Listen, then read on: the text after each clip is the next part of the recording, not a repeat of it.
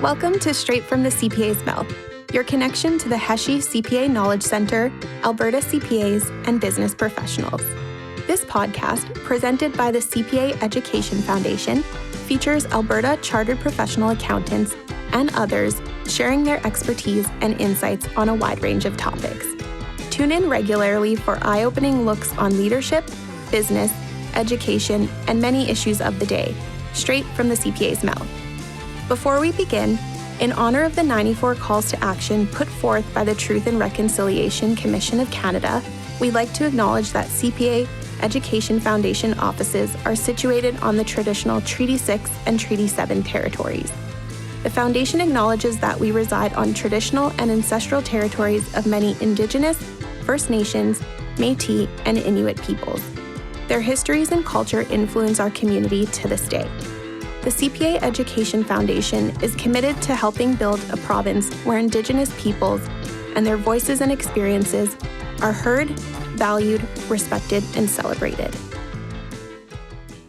Welcome, everyone, to another episode of Straight from the CPA's Mouth. My name is Kira Kasveller. I'm from the CPA Alberta Member Engagement Team, and I'll be your host today. If you clicked on this episode, chances are you already know that diversity, equity, inclusion, and accessibility, or DEIA for short, has become a hot topic in the last 2 years. Everyone from your favorite chocolate bar manufacturer to fashion brands to, yes, even your accountant seems to have put out a statement recently condemning oppression in all its forms. But what's actually happening behind all those commitments to anti-racism? How are businesses actually changing the way they work in order to prioritize the well-being and inclusion of their employees, contractors, suppliers, and clients? Seeing hollow DEIA initiatives fail or lose momentum can be discouraging, and I don't blame anyone who feels cynical about the work today. But if you clicked on this episode, the chances are also that you have in some way benefited from the work of DEIA advocates. If you, like me, are part of the over 20% of Canadian adults living with a disability, and, like me, are part of the 4% of adult Canadians who are 2S LGBTQIA+, and, like me, are one of the growing group of new Canadians, with 25% of us born elsewhere and fortunate to live here now. If you are female, trans, non-binary, or gender non-conforming, if you are Indigenous, Inuit, Métis, or affiliated with any of the over 450 ethnic and cultural origins that make up the population we call Canadians, your ability to access dignified work has likely improved since your parents' and grandparents' time. We're highlighting social progress to identify the advancements that have been happening in society, while also recognizing the work that remains to be done and the systems and institutions that need to be held accountable. Our guest today has witnessed and personally experienced these cultural shifts and makes a grounded and convincing case that progress can and will continue, regardless of the buzzword of the day. Rae Shungur is the Director of Strategic Partnerships at Recruitment Partners. Rae isn't quite a CPA, but I hope you won't hold it against him because he has over 15 years of experience in the talent and staffing industry and holds myriad academic credentials, including an MBA and certificates in both Indigenous Studies and EDI. We have a lot to talk about, and I can't wait to hear from him. So let's get into it. It's time to hear it straight from the subject matter expert's mouth. Rae, thanks so much for joining me today. Thank you. Rae, all it takes is a quick scroll of my LinkedIn feed to feel like I'm swimming in an alphabet soup. DEIB, EDI, IDEA, JEDI, even ESG and CSR get lumped in sometimes. Which acronym do you use to describe your work, and why? To be very simple, I use JEDI just because it sounds cool. I wish there were greater reasons for it, but I'm a bit of a film fanatic, and so I glommed onto that one very quickly. I think it's important to be able to ascribe your own personal meaning to the work that you're doing. It's a good way for you to represent your values and bring your identity to work. There are a few key terms that comprise most of this alphabet soup. Do you mind if we start with a lightning round for definitions? Go right ahead. Diversity. Oh, diversity. And we've heard a lot about this. So diversity is the tacit acceptance that there is breadth. There is not a single right, best, good, bad, anything. It's breadth. There's a fabric and a tapestry that we're bound to embrace. And once we embrace that tapestry, we will be a better place. Beautiful. What about equity? Equity means that everyone within our broad demographics have equal opportunities and opportunities and equality of outcome. In terms of their skills, the things that we assess all people on are assessed equally across all of us. It's interesting that you highlight the relationship that is inherent in equity, that it's not just about an individual in a vacuum chamber, but the outcomes and the experiences that they have. I think that probably ties into your definition of justice as well. So the J in Jedi, justice means that we are treating everyone with a view to fairness. We're understanding that certain people do not receive the level of justice that others do receive in terms of their own experience. And as a result, we're not getting the best outcomes for everybody based on the things that we're measuring. Definitely. What about inclusion? Inclusion, and we've all heard the old cliche, which is being asked to the dance and not being invited to actually dance with somebody. So inclusion means that we're all part of the conversation. So you might get to work in an environment and you might be a participant in certain parts of that corporate or that government or that educational grouping, and that's a wonderful place to be, but you're not quite part of every conversation. And for whatever reason that you're not included, the organization's not as rich as a result of it. Definitely. You need people to both be invited to the table, but you also need them to be participants in the conversations that are happening at the table. Yeah, we all want to dance. Yeah, exactly. Two more, accessibility. Accessibility means we all have the ability to get to work in, to achieve, and there are no obstacles that we can't overcome. You know, whether it's through technology, whether it's through the requirements of the job itself, that accessibility means we all have access to those things. And I think that is so important for people to be able to achieve self-actualization and reach that full potential that everyone has in work and in their personal lives. The last one that I have is belonging. Belonging means that when we go to this place where we're allowed to be successful, we also have a sense, like an innate sense within us, that this is a place where we belong. We belong with these people, we belong in this environment, and we belong doing this thing naturally because we have the skills and the abilities to do those things. What I take away from all of your definitions here is the way that all of these facets are interconnected too. It's not that any of these can take place within a vacuum. It's that all of these need to work together. There is really no belonging without equity and inclusion and without that recognition of diversity that you mentioned already. Now, you've described DEIA as a cornerstone of culture. What do you mean by that? So what I mean by that is our society is and I'll keep using this term, it's a tapestry. It's a rich, beautiful fabric, and our organizations that exist within that tapestry should necessarily reflect the community outside of the building. And in order to serve those people, to sell to those customers, to bring services to those people, it falls upon us to figure out how best to relate to that community. And the community is the important aspect of this. The company is just a logo. The company is made up of people who come from the community. And so as a result, back to the interconnectedness part, or nothing happens in a vacuum. The company doesn't exist in a vacuum. It cannot. The people don't exist in a vacuum. It cannot. So it's all the same real thing to me. And I think as we view companies from that perspective, they tend to become more important to their communities, if that makes sense. Absolutely, because, I mean, that fits into just what the definition is of community, of everyone being together and feeling as though they have connections and acceptance. And so for businesses that prioritize DEIA and really work on reflecting their community and their community's values, they are going to have more successes. But what does this mean for organizations that don't prioritize DEIA? I'll be honest to say I don't think that those organizations are allowed to exist too far into the future, right? You know, from the perspective of organizational change, an old cliche that we hear quite often is when we cease to change as an organization, we probably will die. And this is the most important change. Every company has at some point told us that our people are our number one asset, right? It's reiterated and iterated so many times, but really what it means is without the focus on human beings and personnel, the computers, the processes, the filing cabinets don't really do a lot by themselves. And so you cannot be a laggard for very long in this. And being a first mover in this is not risky. Right? And there's a lot of things as a business that you have to assess your decision-making, strategic, risky things that you might do with import and export, supply chain management, all those words that we talk about all the time. But if you do not prioritize this as one of the first and most important, the rest of those will fall to the wayside. I absolutely love what you said there, that it's not risky to look at how you're treating your employees and to look at the role that you're playing in your community, because this work, it matters to people, and it matters to people both within your organization and outside of your organization. I think that that's a really beautiful way of putting it.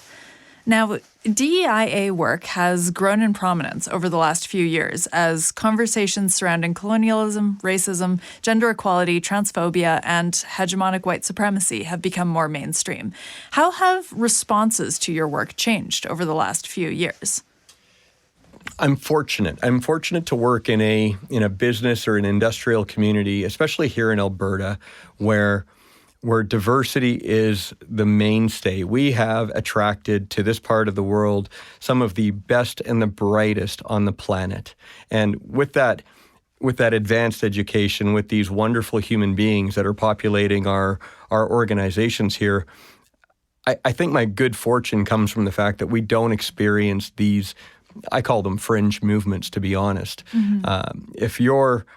If you're holding on to some bygone era's cultural value system that tells you that one group is better than another group, you're likely not working in some of the organizations which I'm getting to be a part of. And I know it exists, in small pockets, and you could say in non-urban centers, perhaps. But at the same time, even those organizations do business with other organizations, right? If there's a pocket of racism somewhere in Alberta that we don't know about, they want to do business with you or with me, and we won't tolerate that. And so I think it falls upon industry to police itself that way. Like they tend to auto-police. And the majority of companies that I've experienced great experiences with, to be honest, are those that not only will spend money on you, but they'll ask you about your core values and your mission. And they'll ask me at Recruitment Partners, how do you guarantee that you are applying standards of DEIA or JEDI to our hiring principles to make us more competitive, not more nice, just more competitive as industry members. And so we take that very seriously. And I think if these old values still exist in pockets within your organization, my advice is to deal with that and address that very quickly. Definitely. And I think that we'll talk more about your emphasis on shared values in just a bit here, but I think that you paint a really positive view of the benefits of DEIA. Not only does it make business sense, but it also is the way that progress seems to be going right now. And it seems as though you've found a place at Recruitment Partners where you are able to really live those values and to work through those values. And I'm wondering, how would you contrast the current attitudes towards your work and that sort of positivity that you experience? Is that the same as when you started 15 years ago, or is this something that has changed over time? So when you get to my age, 15 years does not seem like a very long time. So having said that, in the context of DEIA, we are light years ahead. We have moved into territories that we had no concept of back in the early to mid 2000s. And anecdotally speaking, there were a lot of conversations back then around talent and hiring and attracting people that would make you blush today. No one was bad, right? These were not horrible people asking for unkind things. They didn't see it that way. It was the zeitgeist, if you will, the era to be culturally homogeneous or ethnically homogeneous or linguistically offended by maybe a thicker accent, perhaps, and that was the business and industry in which we existed. These were multinational companies that still kind of embodied these old school values, and I'm really proud to say that they don't exist in my realm anymore. They really do not. Those companies have dealt with those things. They've put programs in place. They've educated themselves in order to probably be more competitive, but just to be good. That's amazing. Something that you and I have talked about is the way that privilege skews your perspective. If you're used to the scales being tipped in your favor, equality can feel like oppression. I definitely know how quickly I feel defensive when someone who doesn't look like me gets something that I feel entitled to. It takes real work and humility to take a step back and try to see things from someone else's perspective. How can business leaders help their teams manage these shifts in workplace culture and expectations? This is a very complex part of the entire movement. And by that I mean, on balance, it's the right way and it's the future and it is progress. But at the same time, the repercussions are many. And what I'm referring to is if you're not deemed part of that underrepresented group, you're deemed part of the old school represented group, you can't help but be afraid.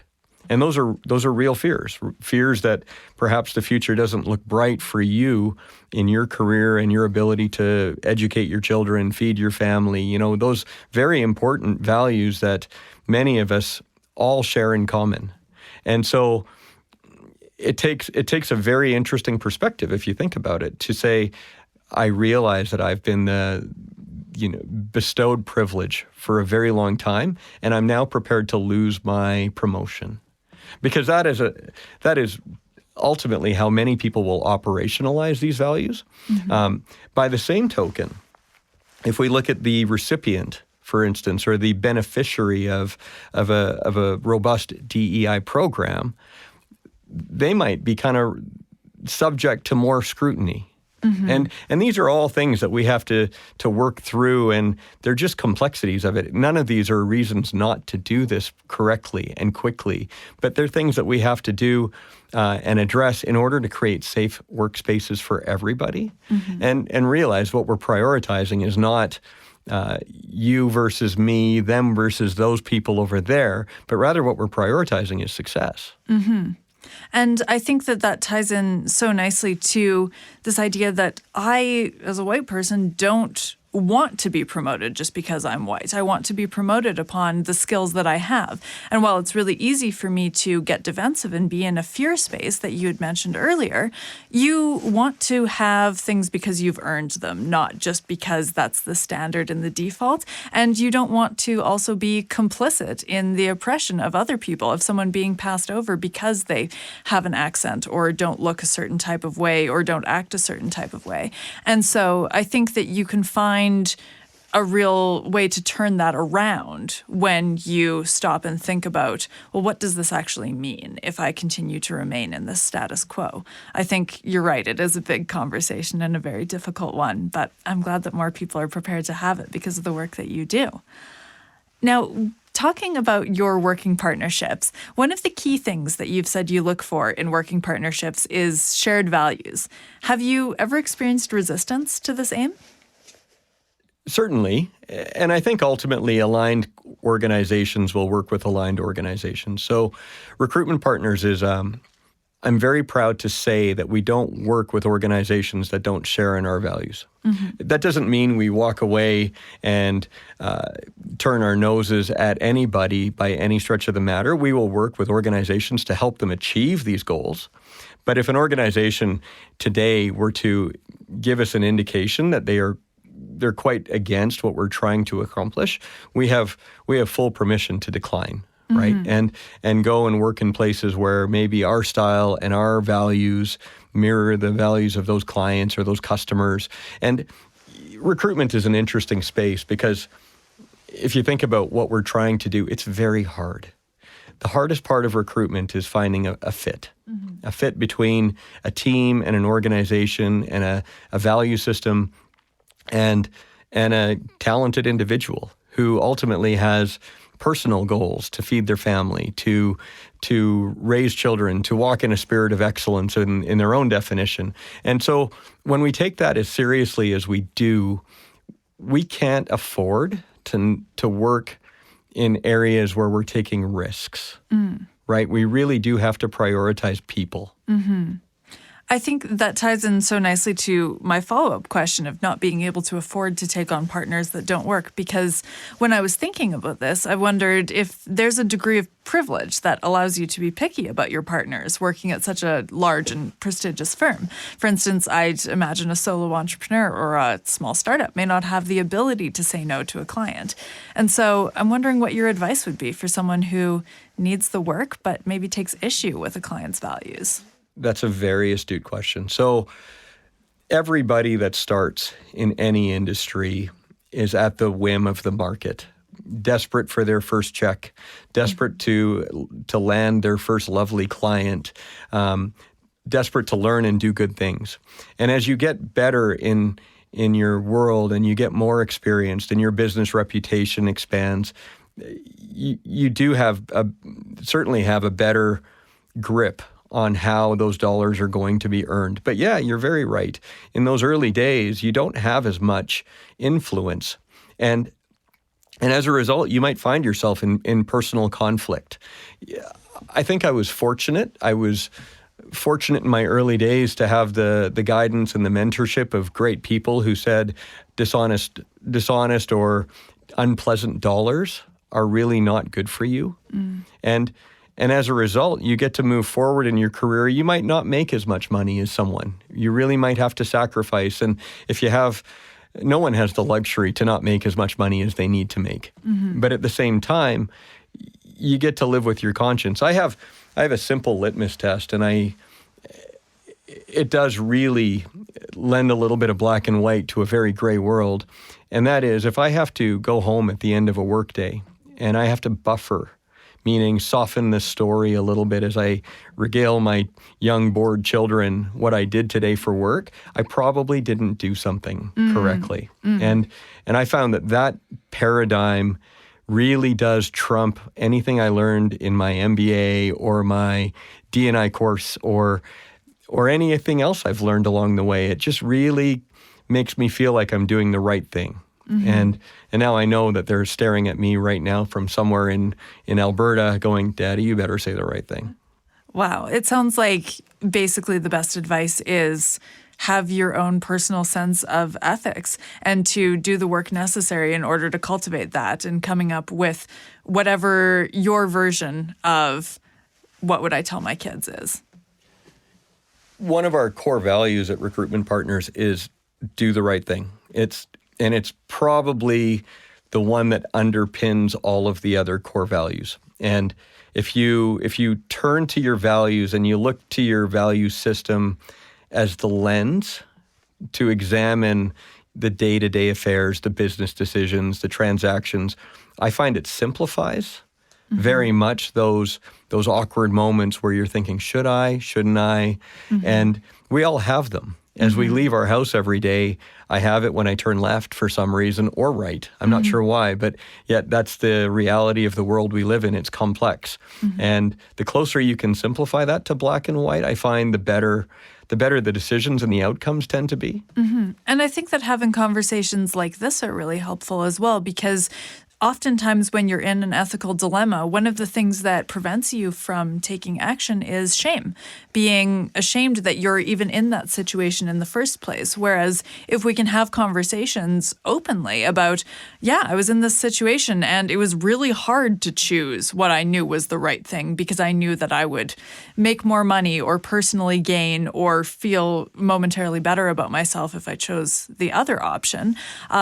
We need to normalize that we all have those situations in our lives and that you can turn to people around you and talk about these things in an open and honest fashion. I mean, easier said than done, but I like to think we're taking a small step here right now. So, Rae, when I'm not interviewing you, I am a member of CPA Alberta's Diversity, Equity, Inclusion, and Accessibility Working Group.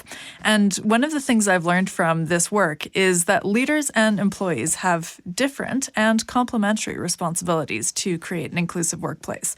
What is one action item or piece of advice you would give to business leaders? So I believe that a properly executed program starts at the top. There are many people in larger and even smaller organizations who are looking to senior leadership teams, whether that's middle management up to the C-suite, to really emphasize the importance of this. You and I, as teammates in the mailroom, can start a committee among the mailroom employees, and maybe it even takes root and we become successful and it starts to spread and the word gets around our large organization. But I think there's a much more efficient way to do that. So that comes from regular messaging and programming. So not just talking or an annual general meetings email chain or anything like that, but real action that insists upon looking at these everyday world challenges and emphasizes the plight of people to really underpin why we do what we do. And once that comes from the top and it's emphatically implemented, some of my greatest clients, it is the CEO who is the champion and sponsor of this program. And while I watch those programs take place at different levels within an organization, nothing is as fast as when your CEO or your C-suite in general or the board of executives says, this is what we're going to do, and then they live those values very publicly. So a lot of the communication comes from that place in the organization, and it's not just speech and communication, but it's also dollars and initiatives, and we're doing this. And I think there's nothing more expensive than a project or a program that you don't finish. It's okay to fail, right? We learn so much from failure and trying and failing and then doing it again. And hands open mea culpa that this didn't work out, but we're going to do this again because it's that important to us. So that would be probably my greatest learning in this, is that it has to be from the sky, really. I like that you were able to marry together those two concepts of it has to be communication. People need to know exactly what the priorities are and what people are wanting to work on and what our goals are as an organization. But those dollars also need to be there. It's not just about talking it. It's about making action and allocating the resources such that that action can take place. Now, you've mentioned what you think leaders should do. What about employees? If you and I are in the mailroom, should we start a committee? We should start a committee. Okay. We'll start a great committee. We will be wildly successful because we believe in it. I think everyone is a leader and everyone has opportunities to lead. And one of the interesting qualities that in recruitment we are often focusing on, whether the job title calls for it or does not, is leadership. And how do you define it? So we're leaders, whether we're on little league teams, whether we're coaches on the weekend, whether we volunteer at a local kitchen, we're all able to lead. And leadership is not just talking, it's action. Demonstrative things that people see you do are just as powerful, if not more powerful, than the words that you impart to them. And I think it's taking time, in those rare moments when you observe something. There's a lot of teaching moments in our day at work. And to sensitively go about your business and to share in an opportune moment why something should be different, I think is a special way that everybody can participate. And let's be honest, in a 500-person organization, there's only one president, whereas there are 499 other people. And probably there's a wave of success that comes when we're all part of the program. I think that absolutely that participation piece is so critical. And the thing that I would add to it is if employees can cultivate a sense of curiosity about the other people that are around them and actually ask questions of what's it like to be you? What's it like to have your identity and still show up to work here? And where do you experience pain points? And where can I help you? Having that curiosity really makes a difference in an organization because it lets people know that you care. And there's an anecdote that you have shared with me earlier about if your conversations in your lunchroom are about hockey, you are leaving out people. I'm wondering if you could share more about that. Yes, indeed. And I realize this is probably my last day in the podcast world. I love hockey. I enjoy the great game, and it's as much a part of the tradition of Canada as it is as anything else is. But something that I've observed over the years was that many of our conversations, our water cooler chats, tended to focus around hockey. And interesting, it's fun, it's smart, it's interesting, and it's many people's greatest passion, I'm sure. But what you realize is that probably does exclude a large majority of people. I'm not saying men like hockey. I'm not saying women like hockey. I'm not saying anything at all like that. But what I am saying is if the 3 or 4 regular hockey fans in the office tend to dominate a certain social construct within that office, and it becomes obvious to you, there are other things that will come from there. It's not just learning about who scored last night. It's about, do you want to work on that project with me? Do you want to go to the cabin this weekend? We got a great place in some lake in Alberta that we would like to invite you to because your children and my children also play hockey. Mm-hmm. And it's a fascinating phenomenon. We should write a book on this. Mm-hmm. But I do think that we have to be cautious about it. It's not to say don't talk about hockey. Mm-hmm. No one is ever going to cease the greatest game in Canada. Mm-hmm. But it's to really focus and emphasize on, are we reaching out to people on a level that they enjoy and understand mm-hmm. and can equally appreciate? Mm-hmm. And so keep talking hockey, but let's talk about other things too. Definitely. It's about, can everyone participate equally in the casual conversations that happen at work? Conversations about hockey are great, and are we also finding space for conversations about cricket or conversations that aren't about sport at all, or conversations about issues that are important to other employees who don't care about hockey, for instance? Well, it's really difficult to talk cricket because a game is 3 days long. So where do you start and where do you end? But there was an anecdote that I did share, and I recall this very well. There was a Monday morning coffee moment in an environment that I'm familiar with. And in that Monday morning coffee moment, it was often about the weekend. So how did coaching go? How was the team? Did you go to the game? Typical mm-hmm. conversational topics. And it was fun, and everyone in the room felt quite good about it, obviously. And we saw bonding there. Mm-hmm. And then when someone would walk in who maybe was not initiated mm-hmm. into that space, the conversation would quickly shift to, Kira, how's your project going? Mm-hmm. So it becomes very focused on your career and your business and your desk level challenges. Mm-hmm.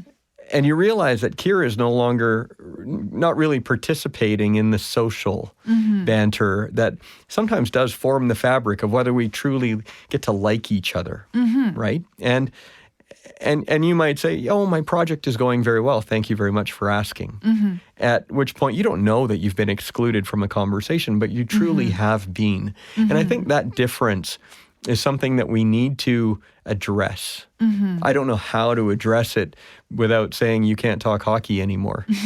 But truly, I need us to recognize that we are doing it in mm-hmm. order to at least contemplate addressing it. Mm-hmm. Well, and I think that that's where it comes back to curiosity, to asking the employee who walks in, oh, so you're not a fan of hockey? Well, what did you do over the weekend that was interesting? What's been bringing you joy lately? What, brings meaning and pleasure to your life? Uh-huh. And then taking the time to learn more about those things. If my options are to either learn about hockey or to be excluded from workplace conversations. I'm probably going to pretend to know a few things about hockey, but ultimately I would love it if someone took an interest in the things that I'm interested in and, asked me about how my soccer team is doing or asked me about other things that are in my life, what books I've been reading or something like that. So I think that we have a lot of opportunities to make things better for people and that it's actually a lot easier than we think because it really just comes down to recognizing this is a real live human being right in front of me and I have the opportunity to learn more about them. And that's such a great opportunity. The last question that I have for you is about looking to the future. So what do you think that DEIA initiatives must accomplish in the next 2 years? And what do you hope they can accomplish? That's a tough question. I'm a very optimistic person when it comes to the organizations with whom I work and how they are managing through this. And so in the next 2 years, my client group and my community are going to continue to sharpen their skills in this area. They're going to become better organizations as a result. Their shareholders will appreciate that. Their balance sheets will show it.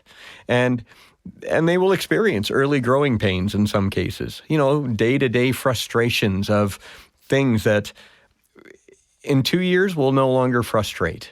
And I think that's very exciting. I also think those organizations, because they have influence in their business communities, they will share that value. And so their vendors, their suppliers, their own customers who perhaps are a little bit further behind on that path, the message will travel. And this is how this is going to go. It'll become a hive mind and it'll become a non-negotiable, right? As opposed to, how are you doing with that? Are you done yet? Mm-hmm. And I'm looking forward to that day when we almost stop having to talk about it because it's just as normal as anything else that we do.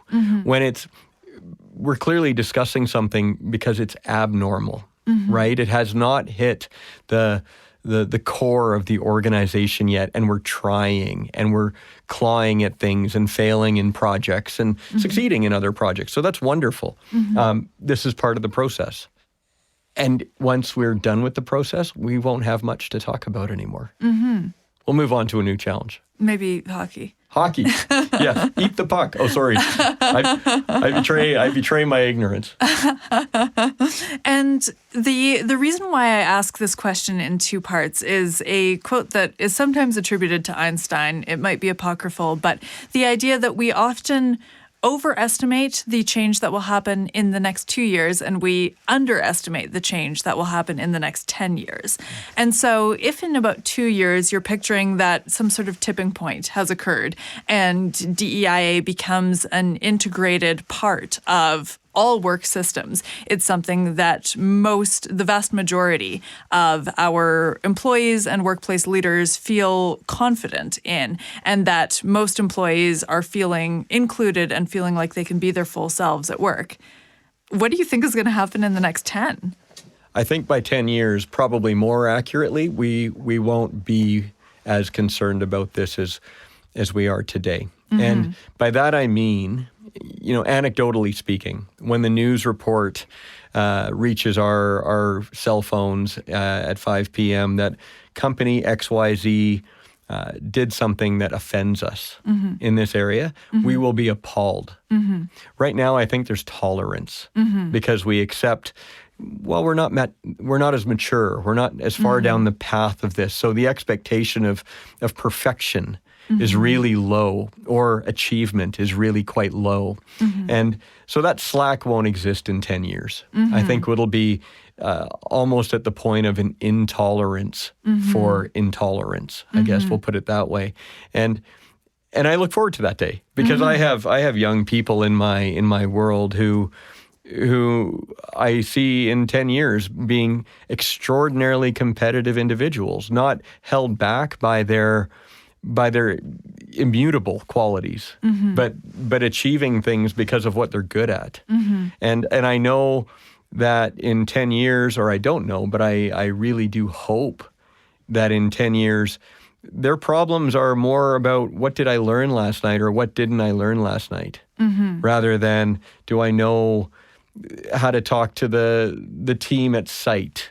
Or can I thrive in a construction environment because I don't really belong there? We won't be saying things like that anymore. So I'm looking forward to that day. That sounds amazing. I love that the maybe buzzwordiness of DEIA will start to wane because it becomes more integrated. It's not something that we'll be constantly rolling out new statements about or new policies and new procedures and working groups, because it will just be an accepted part of work. And we'll have started to look beyond that and look at what we can achieve now that those things have been integrated. That sounds like a beautiful future. I want to live in that world. It is a beautiful future, and I think we're not far from it. We have a lot of work to do, and we have a lot of positive work to do. It's quite exciting. You know, the opportunities that I get to affiliate with customers. And I have some beautiful customers in this area who are not just talking this stuff, but they're walking it and living these values day in and day out. And my own firm, I'm proud to say, does the same thing. We get to emphasize the level of clients that we're going to pursue based on how they treat people, not how big the fees are or how quickly they pay us, or are they nice to deal with. Everybody is nice to deal with. But how they respect their community is really the fundamental cornerstone of how happy we are in business. And as a consultant, gosh, I don't think I would ever want to look back. Amazing. Rae, thank you so much for joining me today. I hope our listeners reflect on the DEIA initiatives currently taking place in their workplaces and the ways in which they can participate and become advocates for that positive change in their personal and professional lives. Thank you. Thank you for having me. This has been a ton of fun. Thank you for tuning in to another episode of Straight from the CPA's Mouth. This episode featured Rae Shungur and was hosted by me, Kira Kasveller. If you like what you're hearing, have ideas for future episodes, or have any feedback you'd like to share, email us at knowledgecenter@cpaalberta.ca or leave a comment on social media. We'd love to hear from you. Bye for now. Thank you for listening to today's episode. Straight from the CPA's Mouth is produced by the CPA Education Foundation, the charitable arm of the CPA profession in Alberta. This podcast is made possible by Brian Heshie, FCPA FCA. Thanks to Brian's generous donation, the Foundation created the Heshie CPA Knowledge Center, a virtual hub of resources for all Albertans. Find out more about the Foundation and the Knowledge Center at cpaalberta.ca/foundation.